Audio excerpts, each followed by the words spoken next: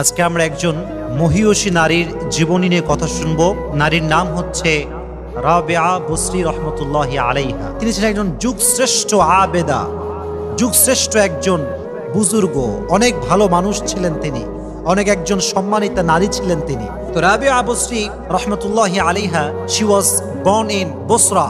তিনি বসরায় জন্মগ্রহণ করেন এবং তিনি যখন জন্মগ্রহণ করেছিলেন সেই সময়টা ছিল এমন একটা সময় যে তার পরিবার ছিল অনেক হতদরিদ্র, তার বাবা ছিল অনেক গরিব মানুষ, তার মা ছিল অনেক গরিব মানুষ, তার ফ্যামিলি ছিল পুয়ার ফ্যামিলি, অনেক গরিব ছিল তারা। তো রাবেয়া বসরি রহমতুল্লাহি আলাইহার সম্মানটা আসলে কেমন এটা আপনি বোঝেন। তার মৃত্যু হয়ে গিয়েছে, প্রায় 1200 বছর পার হয়ে গিয়েছে। তার সম্মানটা বোঝার জন্য জাস্ট এতটুকু বোঝা জরুরি, 12 বছর পার হয়ে গিয়েছে তার মৃত্যু, কিন্তু আজ 12 বছর পরে আজকে আমরা রাজশাহীর মাটিতে বসে একটা তাফসির প্রোগ্রামে তার জীবনী নিয়ে কথা বলছি। সুবহানাল্লাহ পড়েন। What a status! 1200 বছর আগে মারা গিয়েছে। কত রাজা আসছে, কত বাদশাহ আসছে, রাজার কত রানী ছিল, কত প্রিন্সেস ছিল, রাজকুমারী ছিল, কারো নাম আল্লাহ তাআলা ইতিহাসের পাতায় বাকি রাখেন নাই, কারণ আমাদের মাথায় স্মরণও নাই। কিন্তু রাবেয়া বসরি এমন একজন আল্লাহ ওয়ালি বান্দি ছিলেন যে তার নামটা আজও ইতিহাসের পাতায় লেখা আছে না নাই। এজন্য আজকে আমরা রাবেয়া বসরির কথাগুলো খুব ভালো করে শুনব। সকলে মন খুলে বলেন ইনশাআল্লাহ। তো আমি বলছিলাম তার ফ্যামিলি ছিল পুয়ার ফ্যামিলি, অনেক অভাবী ছিল তারা। তো যখন রাবেয়া বসরি জন্মগ্রহণ করবেন, যেই দিন রাতে জন্মগ্রহণ করবেন, বাসায় যে একটা লাইট দিবে, লাইট মিন্স তৎকালীন সময় ছিল চেরাগ অথবা ছিল আপনার মোমবাতি টাইপের যেগুলো ছিল। তো আগুন যে জ্বালাবে, মোমবাতি যে লাগবে, এই যে তেল লাগবে, এতটুকু তাদের কাছে ছিল না। তেলও নাই, কিচ্ছু নাই, সম্বলহীন মানুষ ছিল তারা।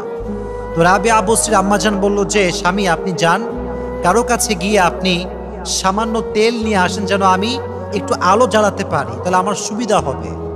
তো তার বাবা এই কথা শুনে বাহিরে বের হয়েছেন তেল আনার জন্য এলাকার ভেতরে। কিন্তু মাথায় রাখবেন, যারা ব্যক্তিত্ব সম্পূর্ণ মানুষ, যাদের পার্সোনালিটি অনেক বেশি স্ট্রং, তারা মানুষের কাছে চাইতে পারে না, এটা তাদের ব্যক্তিত্ব বোধের ব্যাপার।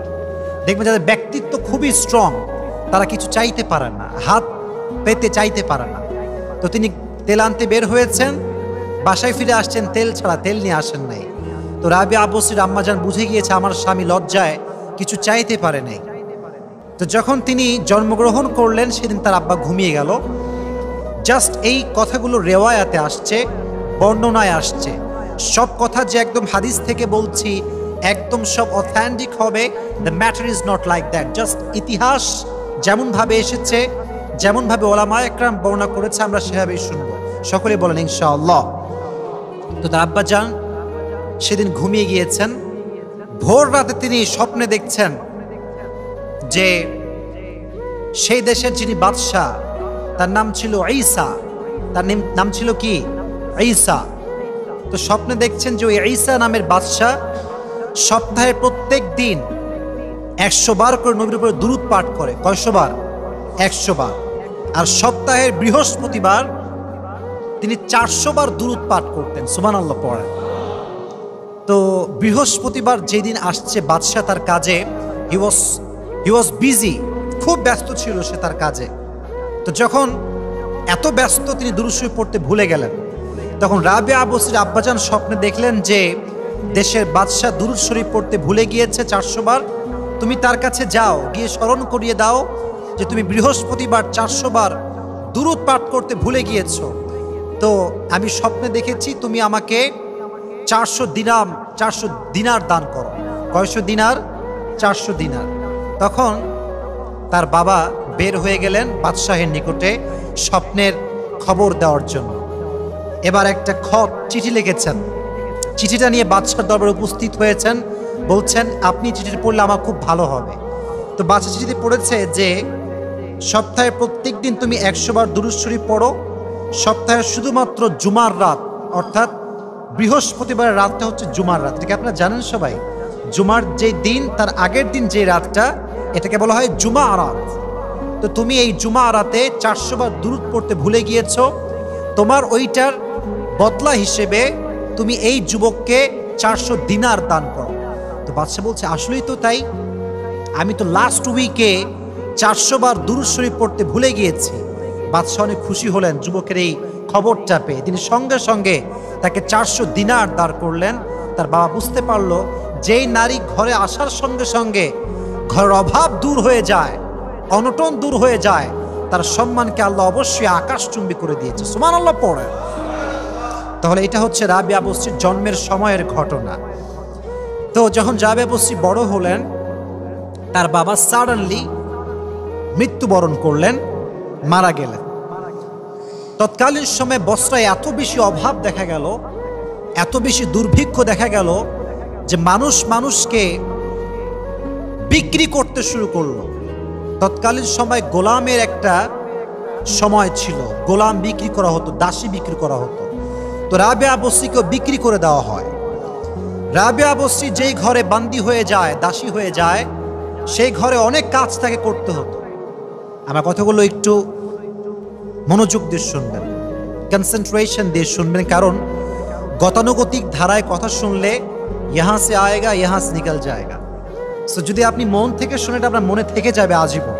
স্পেশালি যারা নারীরা আমাকে শুনবেন, I am requesting you from my heart যে আপনাকে মনোযোগ দিয়ে শুনতে হবে। রাবিয়া বসরি কেমন নারী ছিলেন এবং বর্তমান যুগের নারীরা কেমন, এটা একটা কম্পেয়ার করার দরকার আছে বোঝার জন্য। তো তিনি তার মালিকের এত বেশি কাজ করতেন যে তিনি খুব টায়ার্ড হয়ে যেতেন, খুব ক্লান্ত। তো একদিনের ঘটনা, তিনি সারাটা দিন মালিকের কাজ করেছে, সারাটা দিন খেটেছে। মালিক যখন রাতের বেলা তার রুমের পাশ দিয়ে যাচ্ছে, তো দেখছে রুমের ছোট্ট একটা মোমবাতি জ্বলছে, আর রাবিয়া বসরি এতটা কাজ করে, সারাটা দিন কাজ করে সে টায়ার্ড, কিন্তু রাতের অন্ধকারে সেই নারী এত ক্লান্ত অবস্থাতেও সামান্য একটা মোমবাতির আলো জ্বালিয়ে সেজদায় পড়ে আল্লাহর কাছে কান্নাকাটি করছে। সুবহানাল্লাহ পড়ে। তখন তার মালিক বুঝতে পারলো এটা আসলে নর্মাল কোনো নারী নয়, এটা কোনো সাধারণ নারী নয়, এক অসাধারণ নারী। তখন সে সঙ্গে সঙ্গে তার গোলামকে, তার বাদীকে আল্লাহর সন্তুষ্টির জন্য আজাদ করে দিল। সুবহানাল্লাহ পড়েন। তার মানে বোঝা গেল যে ব্যক্তি আল্লাহর হয়ে যায়, পুরো দুনিয়া তার হয়ে যায়। যে ব্যক্তি আল্লাহর জন্য কষ্ট করে, সে সারা জীবন সুখে থাকে। যে ব্যক্তি আল্লাহর জন্য কিছু স্যাক্রিফাইস করে, আল্লাহ তার চাইতে তাকে উত্তম কিছু দান করে। এজন্য আমরা যত ব্যস্তই থাকি না কেন, আল্লাহর ইবাদত সকলে করব তো ইনশাআল্লাহ। একটা বাস্তব কথা আপনাদের সবাইকে বলি, কেউ যদি আপনাকে ভালোবাসে, সে যতই ব্যস্ত থাকুক না কেন, সে আপনার জন্য সময় বের করবেই করবে।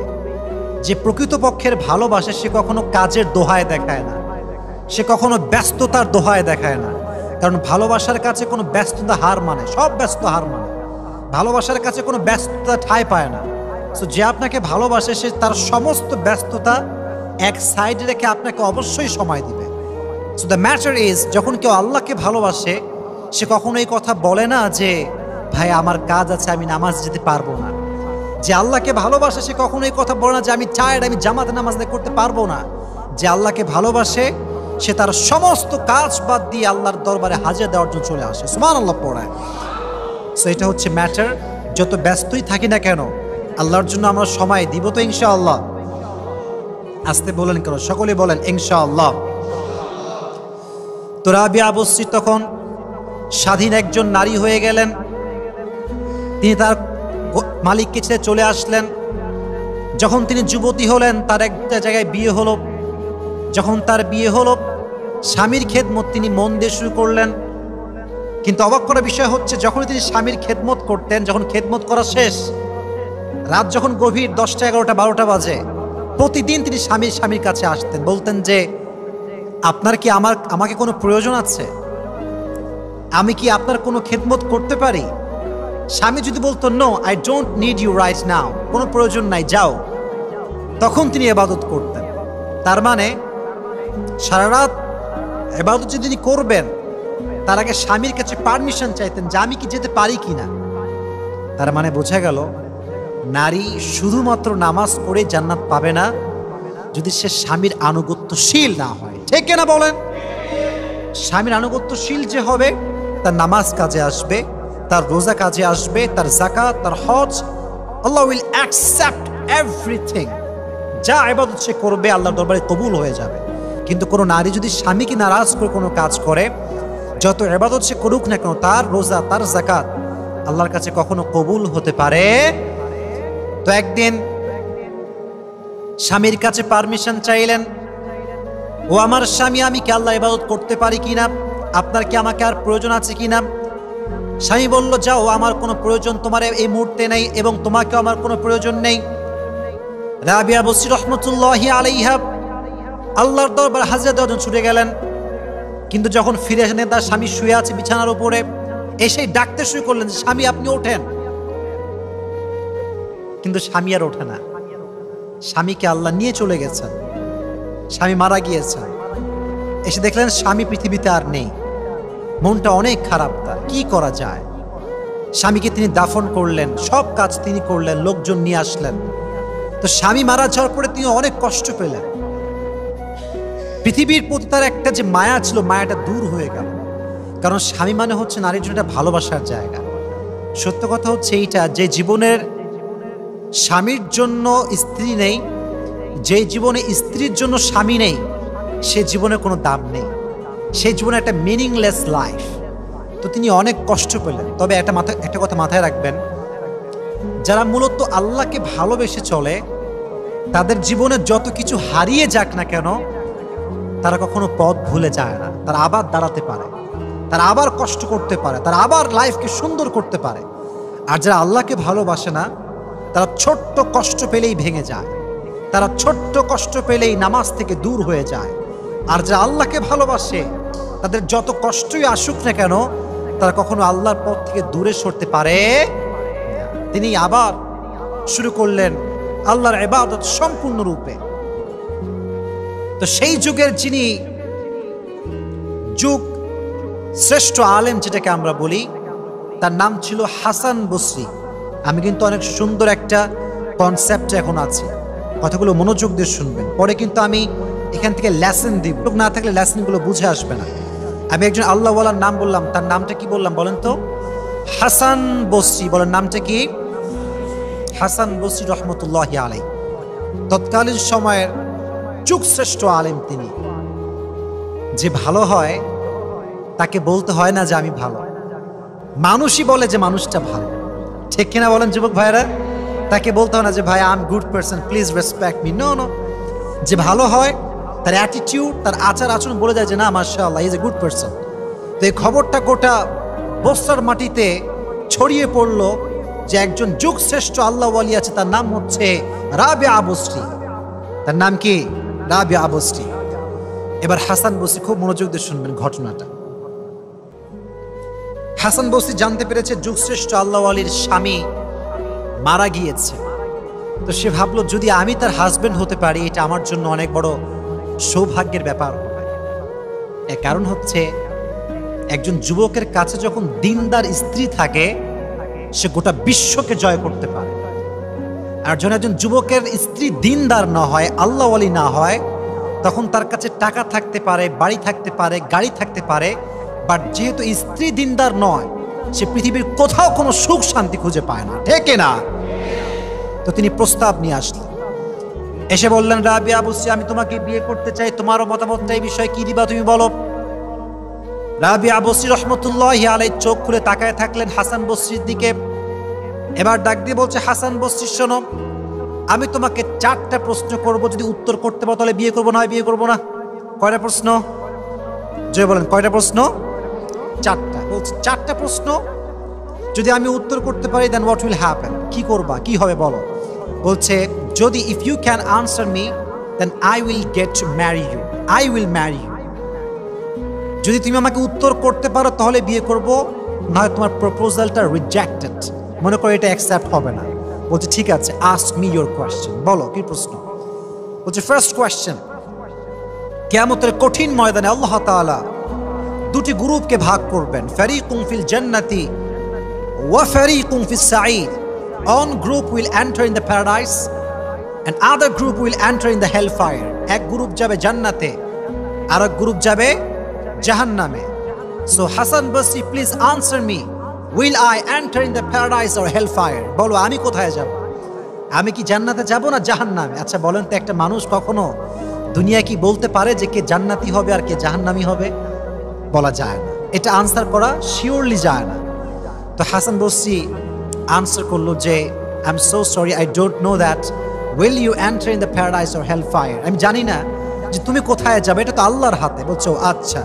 সেকেন্ড কোয়েশ্চেন, হাসান বসরি আমাকে বলো, কিয়ামতের কঠিন ময়দানে আল্লাহ তাআলা বান্দাদের আমলনামা মাফ করবেন, ওজন করবেন।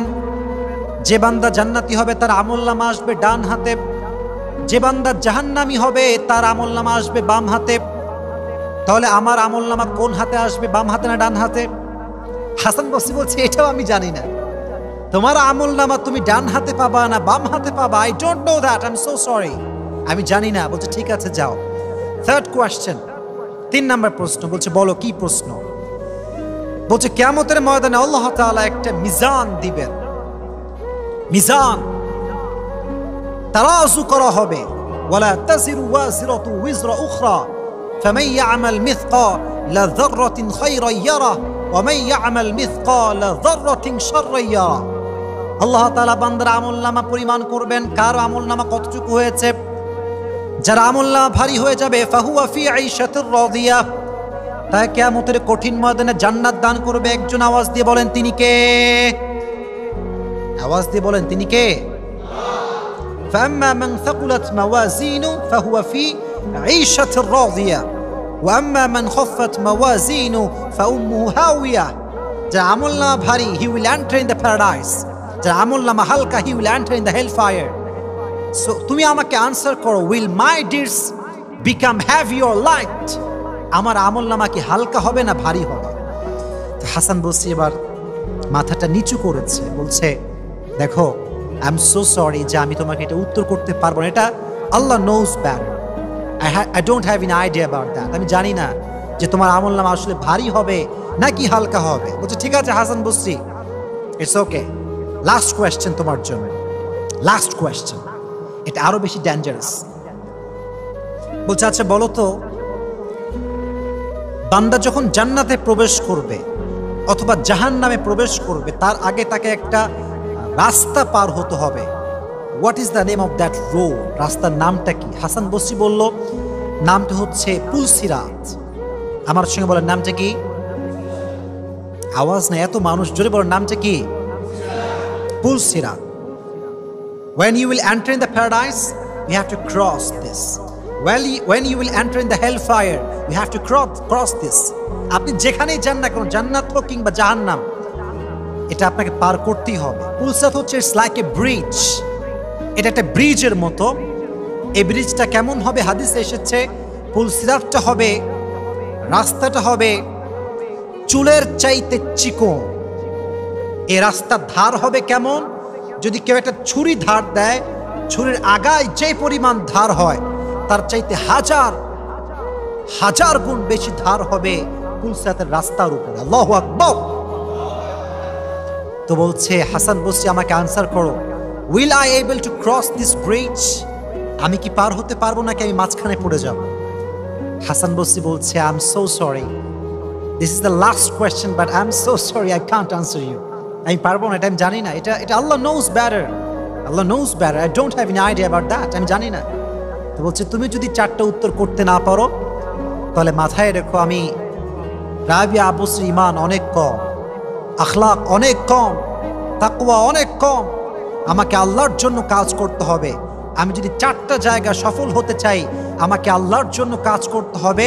আমার কাছে বিয়ে করার মতো সময় আপাতত নাই। সুবহানাল্লাহ পড়লেন না? তার মানে এটা নয় যে তোমরা আবার বিয়ে করবো না, তা কিন্তু না। আল্লাহ সবাইকে সব রকম তাকওয়া দেয় নাই, আল্লাহ সবাইকে সব রকম শক্তি দেয় নাই। আমাদের স্ত্রী না থাকলে আমাদের ক্যারেক্টারলেস হওয়ার আশঙ্কা বেশি, কিন্তু রাবিয়া বসরিকে আল্লাহ একটা নিজস্ব শক্তি দিয়েছেন, একটা তাকওয়া দিয়েছেন, এজন্য তার জন্য অনেক সহজ ছিল বিষয়টা। এজন্য আমাদের সময় হলে আমরা বিয়ে করব, ঠিক আছে ইনশাআল্লাহ? জোরে সোরে বলেন ইনশাআল্লাহ। আচ্ছা, হাসান বসরি চলে গেলেন। রাবেয়া বসরি এবার স্বামী ছাড়া তার জীবনটা স্টার্ট করবে। স্বামী নাই, শুধুমাত্র আল্লাহর জন্য তার জীবনটা শুরু। এবার আসেন আপনাদের কিছু মজার কথা শোনাই। একদিন রাবেয়া বসরির কাছে দুইজন মানুষ আসলো মুসাফির বেশে ইসলামকে জানার জন্য। They wanted to know about the Islam. আসছে, অনেক কথাবার্তা বলেছে। যখন দুপুর হয়ে গিয়েছে, একটু সময় পার হয়ে গিয়েছে, মেহমানদের একটা ক্ষুধা আছে না নাই? আচ্ছা। তো রাবেয়া বসরির বাসায় মাত্র 2টা রুটি ছিল। কয়টা রুটি ছিল? 2টা। বলেন কয়টা? 2টা। তো মেহমানদের সামনে 2টা রুটি তিনি খুব মনোযোগ দিয়ে শুনবেন। It has really lessonful message. অনেক সুন্দর একটা মেসেজ এখানে আছে। তো মেহমানরা বসে আছে, রাবেয়া বসরি 2টা রুটি এনে পেশ করেছে মেহমানদের সামনে। Suddenly in the mean time একজন ফকির আসছে, গরিব আসার সঙ্গে সঙ্গে মেহমানদের সামনে 2টা রুটি রাখা আছে, উনি 2টা রুটি নিয়ে গরিবকে দান করে দিলেন। সুবহানাল্লাহ পড়তে পারলেন না? একটু মন খুলে জোরে সোরে পড়েন সুবহানাল্লাহ। মেহমানদের মন খারাপ যে রাবেয়া বসরি এটা কি করলো, আমাদের রুটি আমাদের থেকে নিয়ে গরিবকে দান করলো। অবাক করার বিষয় হচ্ছে দান করার সঙ্গে সঙ্গে আরেকজন নারী আসছে যে রাবেয়া বসরির পরিচিত একজন ভক্ত বলতে পারেন কিংবা তার মুরিদ বলতে পারেন। এসে বলছে, হে রাবেয়া বসরি, আমার মালিক তোমাকে 18টা রুটি পাঠিয়েছে। 18টা। বলেন কয়টা? কথা বলেন কয়টা? 18টা। তো রাবেয়া বলছেন, no, this is not for me, এটা আমার জন্য না, তুমি নিয়ে যাও। চলে গেছে। এবার আরেকজন নারী আসছে, এসে বলছে, রাবেয়া বসরি, আমার মালিক তোমার জন্য হাদিয়া হিসেবে আজকে 20টা রুটি পাঠিয়েছে। এবার সুবহানাল্লাহ পড়ো। এবার রাবেয়া বসরিকে অ্যাকসেপ্ট করো। মুসাফিররা দেখছে, আরে রাবেয়া বসরি প্রথমে আমাকে 2টা রুটি দিল, দান করলো, পরে 18টা আসলো, রিজেক্ট করলো, পরে 20টা আসলো, অ্যাকসেপ্ট করলো। What is the matter? সমস্যা কোথায়? কি হয়েছে তার? তারা বললো, রাবেয়া বসরি, আমরা জানতে চাই যে আসলে কি হয়েছে আপনার, আপনি এরকম কেন করলেন? সে বলল, দেখেন, মেহমান আপনার দুইজনের জন্য 2টা রুটি কখনো শোভা পায় না। মেহমানের জন্য যা লাগে তার একটু বেশি দেওয়া লাগে, এটা সিস্টেম। তো আমি ভাবলাম যে আপনারা খেয়ে কি করবেন, 2টা রুটি আমি দান করে দেই। এবং আল্লাহ তো নিজেই বলেছেন, মান জাআ বিল হাসানাতি ফালাহু আশরু আমসালিহা, যে ব্যক্তি আল্লাহর রাস্তায় 1 গুণ দান করে আল্লাহ তাকে 10 গুণ বাড়িয়ে দেয়। তো যখন আমার কাছে ফার্স্ট টাইম 18টা রুটি আসলো, আমি ভাবলাম যদি আমি হিসাব করি তাহলে আমার তো আশা কথা কয়টা? 20টা। তাই মনে করলাম, no, this is not for me, এটা আমার জন্য নয়, এটা আমি ফেরত দিয়েছি।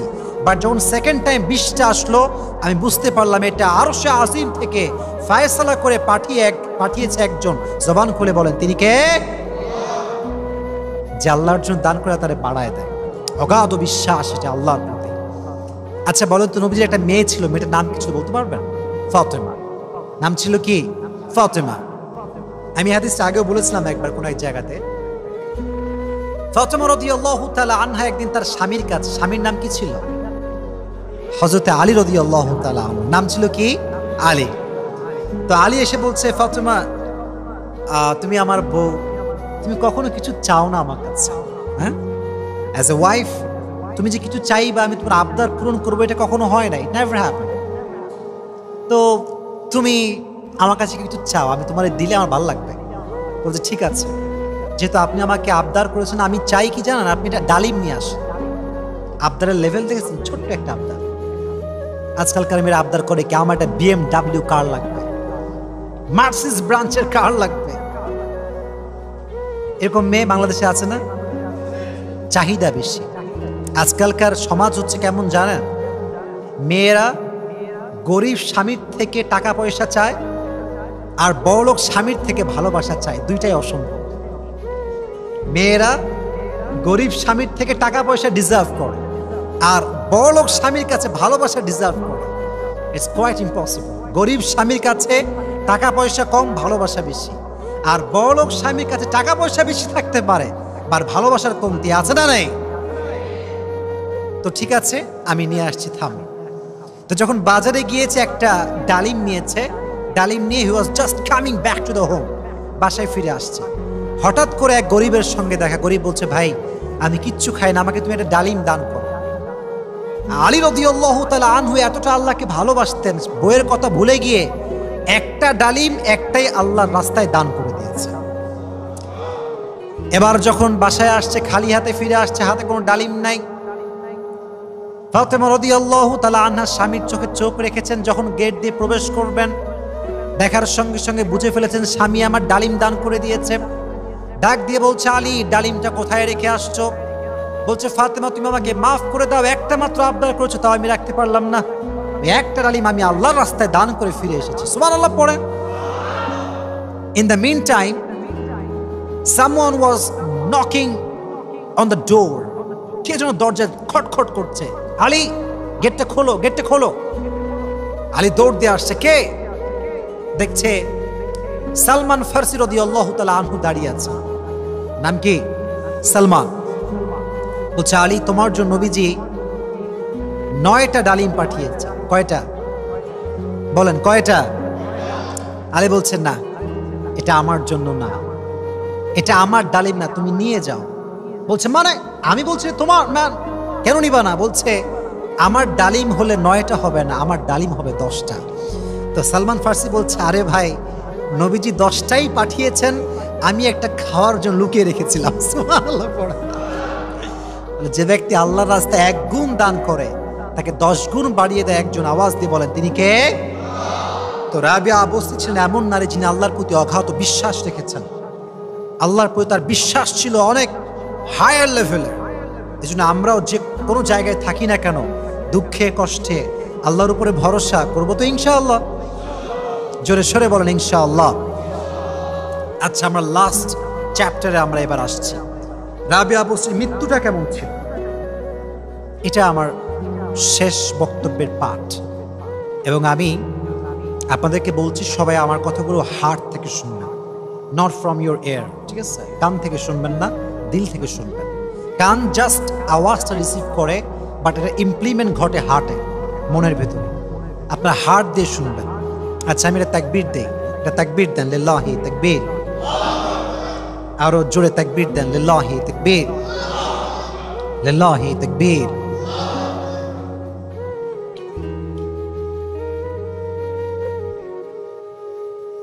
রাবিয়া বসরি রহমতুল্লাহি আলাইহা যেদিন মারা যাবেন সেদিন তার দাসীকে ডাক দিয়ে বলছেন হে আমার দাসী শোনো, আমি যদি মারা যাই তুমি আমাকে দাফন করবা ওই চাদর দিয়ে যে চাদরটা পরিধান করে আমি তাহাজ্জুদের নামাজ আদায় করি।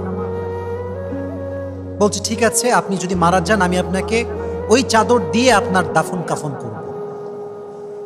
তো রাবিয়া বসরি যখন মারা গেল তার দাসী তাকে সেই কাপড় দিয়ে দাফন করলো যে কাপড় দিয়ে সে তাহাজ্জুদের নামাজ আদায় করত। তো যেদিন মারা গেলেন তারপর তার বান্দি ঘুমিয়েছেন, স্বপ্নে দেখছেন যে রাবিয়া বসরি স্বপ্নের ভেতরে তার সঙ্গে সাক্ষাৎ করতে এসেছে। তার দেহে এক অসাধারণ সবুজ রঙের উত্তম কাপড় পরিধান সে করে আছে। সুবহানাল্লাহ পড়লেন না? সবুজ রং তার জামা।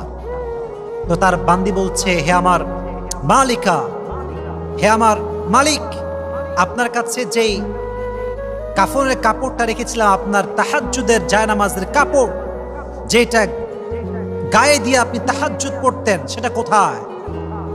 রাবিয়া বসরি বলছে শোনো, আল্লাহ তাআলা এই কাপড়টাকে আমার থেকে নিয়ে রিজার্ভে রেখেছেন। কিয়ামতের কঠিন ময়দানে যদি আমার আমলনামা কখনো হালকা হয়ে যায় আল্লাহ আমার আমলনামার ভেতরকে চাদরটাকে ওজন হিসেবে দিয়ে দিবেন।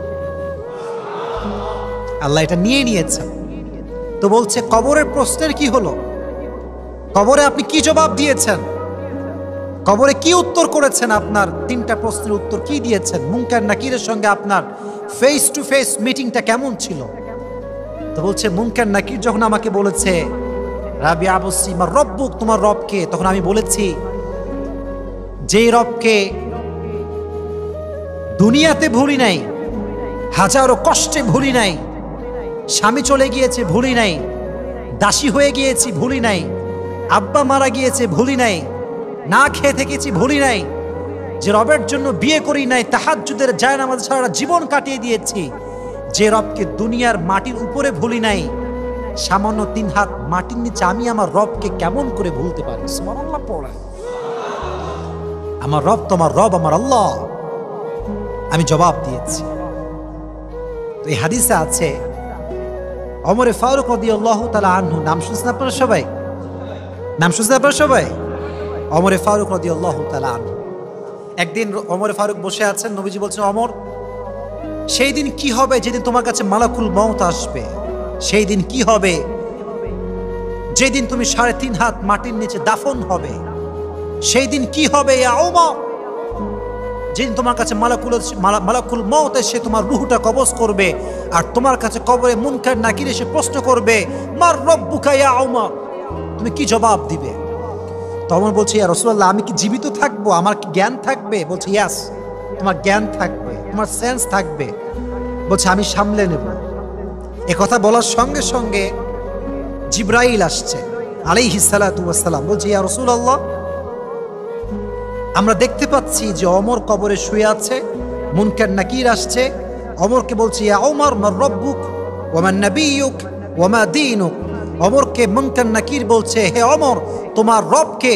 ওমর বলছে, রব্বি আল্লাহ, ফামার রব্বুকুমা? আমার রব তো আল্লাহ, তোমাদের রবকে বলো। সুবহানাল্লাহ পড়ে। মানে এটা হচ্ছে পাল্টা জবাব, পাল্টা প্রশ্ন। আমার রব তো আল্লাহ, তোমাদের রবকে বলো। কাকে বলছে? রে মানুষকে নয়, নেতাকে নয়, মুনকার নাকিরকে বলছে।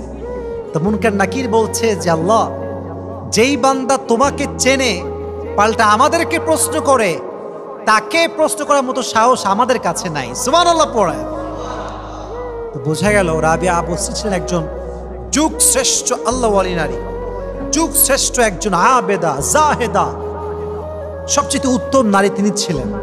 এবার আসেন, আমরা যা যা শুনেছি, একটা কথা মাথায় রাখবেন, সব রেওয়ায়াত বা সব বর্ণনা কিন্তু অথেন্টিক নয়। এগুলো আমরা ইতিহাস থেকে পাই। ওলামা একরাম বলেন, তারা যেমন করে বলেছে, I have just tried my best to research on it, is it real or fake, is it authentic or not. আমি যতটুকু পারা যায় রিসার্চ করেছি, বাট ভুল হলে মাফ চাই, সবার কাছে আমি মাফ চাই। তবে মূল ব্যাপারটা হচ্ছে, যা যা আমরা জেনেছি আমল সবাই করবো তো ইনশাআল্লাহ? হয় নাই, জোরে বলতে হবে ইনশাআল্লাহ। এবার আসেন, লেসনটা আসলে কি, আমরা কি কি শিক্ষা নিতে পারি শুনবেন তো ইনশাআল্লাহ। ফার্স্ট লেসন, যেটা আমি শুরুতেই বলেছিলাম, সেটি হচ্ছে যে কোনো সিচুয়েশনে আল্লাহর উপরে অগাধ বিশ্বাস রাখতে হবে। মাথায় রাখবেন, একটা হচ্ছে বিশ্বাস, আর একটা হচ্ছে শক্তিশালী বিশ্বাস। এখানে সবাই আমরা ঈমানদার, কিন্তু আমাদের ঈমান এবং আবু বকরের ঈমান, ওমরের ঈমান, ওসমান গনি রাদিয়াল্লাহু তাআলা আনহুর ঈমান, দুইটা কি এক না পার্থক্য আছে? পার্থক্য আছে। ঈমান থাকলেই হয় না, বিশ্বাস থাকলেই হয় না, স্ট্রং বিলিফ থাকতে হবে। তাহলে যে কোনো জায়গায় আপনাকে উদ্ধার করবে। একজন আওয়াজ দিয়ে বলেন, তিনি কে? অগাধ বিশ্বাস রাখতে হবে। আমি সবাইকে হাত জোর করে বলছি, যদি জীবনের কোনো মুহূর্তে গিয়ে আপনাকে কেউ কষ্ট দেয়, কেউ আঘাত দেয়, কেউ ছেড়ে চলে যায়, কখনো কষ্টের অবস্থায় হেডফোন লাগিয়ে গান শুনবেন না, সিগারেটে টান দিবেন না, মদ খাবেন না, কষ্টকে ওভারকাম করার জন্য বাজে বন্ধুর সঙ্গে আড্ডা দিবেন না। যে ব্যক্তি কারো প্রতি মায়া কাটাবার জন্য হেডফোন লাগিয়ে গান শোনে, যে ব্যক্তি কারো থেকে কষ্ট পেয়ে নামাজ বাদ দিয়ে হারাম কাজ করে, খোদার কসম, ওয়াল্লাহে, আল্লাহর কসম করে বলছি, সে কখনো তার জীবনে মনের যে প্রশান্তি কখনো খুঁজে পাবে না। ঠিক না বলে? কখনো খুঁজে পাবে না। এজন্য আমি বারবার বলি, কষ্ট যত বেশি আল্লাহর নিকটে আমরা যাব তত বেশি, কষ্ট যত বেশি আল্লাহকে ভালোবাসবো তত বেশি, হৃদয়ে মায়া আসবে যত বেশি, আল্লাহকে স্মরণ করব তত বেশি। রাজি আছেন তো ইনশাআল্লাহ? জোরে সোরে বলেন ইনশাআল্লাহ। So in every kind of situation, one thing you have to do first, and that is you have to put your trust on your Lord completely. যে কোনো অবস্থায় থাকেন না কেন, সম্পূর্ণ আশা ভরসা একজনের উপরে আওয়াজ দিয়ে বলেন, তিনি কে? আমার কাছে মাঝে মাঝে বলছি এটা কাউকে আঘাত করার জন্য না, মোটিভেট করার জন্য। অনেক যুবক এসে বলে যে হুজুর, I had a relation and I just broke up that relation. কেবলই ব্রেকআপ করে আসছি, বাট এটাকে মানে ওভারকাম করতে পারছি না, ভোলা যাচ্ছে না। অলওয়েজ এই চিন্তাটা মাথায় আসে। দেখেন, আমি সবসময় আপনাদেরকে মোটিভেট করার জন্য বলি, লাইফে যেটা যখন লেখা আছে এটা তখনই আসবে। তার আগে যদি আপনি ভুল মানুষের প্রতি মায়া রাখেন, ভুল মানুষকে ভালোবাসেন, ভুল মানুষকে আপনি মন থেকে চান, আপনি শুধুমাত্র ছ্যাঁকা খাবেন, আপনার জীবনে ভালো কিছু হবে না। এজন্য কথা সেই, কেউ ছেড়ে গেলে ভরসার জায়গা একজন আওয়াজ দিয়ে বলেন, তিনি কে? মাঝে মাঝে আমরা মেসেজ করি যারা ভালোবাসতাম তার, কি লিখি? তুমি মনে হয় সত্যি আমার কপালে নেই, তাই আমি পেলাম না। এই যে একটা ইমোশনাল ডায়ালগ, আবেগী কথা, মায়ার কথা, আপনি যখন কোনো মেয়েকে লিখছেন যে আমি তোমাকে ভালোবাসতাম কিন্তু পেলাম না, বিশ্বাস করেন আপনার প্রিয় ভাইয়েরা, আমার যুবক ভাইয়েরা, ওই মেয়ের কাছে আপনার ব্যক্তিত্ববোধ ছোট হচ্ছে। কারণ অলরেডি সে একজন যুবকের হয়ে গিয়েছে, এখন তার একজন জীবন সঙ্গী আছে। She don't care about yourself. আপনি কই যাবেন, বাঁচবেন না মরবেন, she don't care about that. এই জন্য মনে রাখবেন, মানুষের কাছে যত বেশি আবেগ কম প্রকাশ করবেন, আপনি তত বেশি ভালো থাকবেন। মানুষের সামনে আপনার চোখের পানি আপনি যত বেশি ঝরাবেন, তত বেশি আপনি সস্তা হবেন। আর যত বেশি আপনার চোখের অশ্রু আল্লাহর সামনে ঝরাবেন, তত বেশি আপনি সম্মানিত হবেন। সুবহানাল্লাহ পড়েন। এই জন্য কখনো কাউকে টেক্সট করবা না যে আমি তোমাকে হারিয়ে ফেলেছি, মানে I have lost my everything. No, you don't have lost anything. No, আপনি কিছু লস্ট করেন না, আপনার সব আছে। আল্লাহ আপনাকে সব দিয়েছে, জাস্ট আবার দাঁড়িয়ে যান। ভরসা যদি আল্লাহর উপরে সঠিকভাবে হয়, আপনাকে রাস্তা দেখায় দিবে একজন আওয়াজ দিয়ে বলেন, তিনি কে? আল্লাহ আমাদের সবাইকে আল্লাহর উপরে অগাধ বিশ্বাস রাখার তৌফিক দান করুন।